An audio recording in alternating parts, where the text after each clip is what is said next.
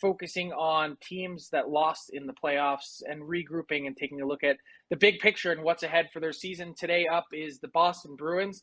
And it's really interesting because, I don't know, feels like 10 days or so since Cam Neely addressed the media and talked about or maybe didn't really talk about the job status of Bruce Cassidy moving forward. He really seemed to leave that dangling out there. We have no resolution yet on Bruce Cassidy and what his future is, even though he is under contract for next season.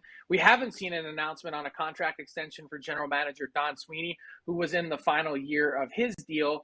And speaking of contracts, kind of a big year for Patrice Bergeron. Does he want another one? It seems like, and he mentioned this after the season ended, Boston is the only place that he wants to continue playing if he does want to keep playing. He seemed to me like a guy, Mike, that at the end and watching the players congratulate him leaving, that, I don't know, maybe he felt at peace with the entire situation. He seemed a little bit worn down and beat up towards the end of that season. Productive as ever, should win the Selke this year. What do you see as the big question marks for the Bruins heading into the summer? Well, first, I agree with you with Bergeron. Watching his body language at the end of the game and when the series ended, kind of had a hunch that might have been it for him. But I agree with Cassidy being real interesting here. You know, another year left, but Neely's comments saying, well, he's a fantastic coach. I like him as a coach. That's about as far as it went. So I'm not sure. I think Cassidy's back, but I don't think he has much leash. My big question here is how do they fill the hole of Bergeron if he doesn't play and Marchand potentially missing the first couple months of the season when he is recovering from surgery. So, you know, you're missing a lot of production up front. I love the back end of the Bruins, but they are pretty heavy, especially in their spending on it. And there's not a ton of cap room. So, you know, Lindholm, McAvoy, Carlo, go down the list. It's great on the backside, but I already thought they were thin at the center ice position.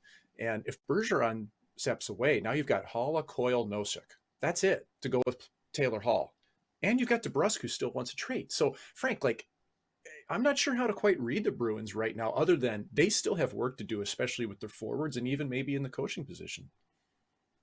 I wouldn't be surprised if they make a coaching change, if Jake DeBrusk, who did sign that extension for the deadline in the hopes of getting moved, would end up considering staying in Boston. I don't think it's a city issue. I think it was a coach issue and a communication factor and friction with the coach. So if there is a change, maybe DeBrusk is back. But to your point, Mike, the Bruins, when I looked at them all season long, if that top line wasn't going, you kept asking yourself, okay, who will be?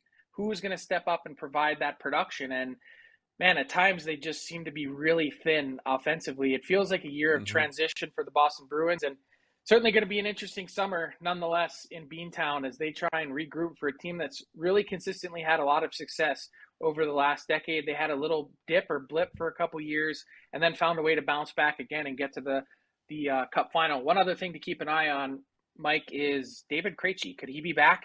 I was talking to a number of people at the World Championships, and they were just saying, David Krejci looks exactly like David Krejci. So his production remained the same as he played overseas this last year and got a chance to play at home. Will he consider coming back to play in the NHL? I'd imagine, just like Bergeron, it would be only for the Bruins if that were the case.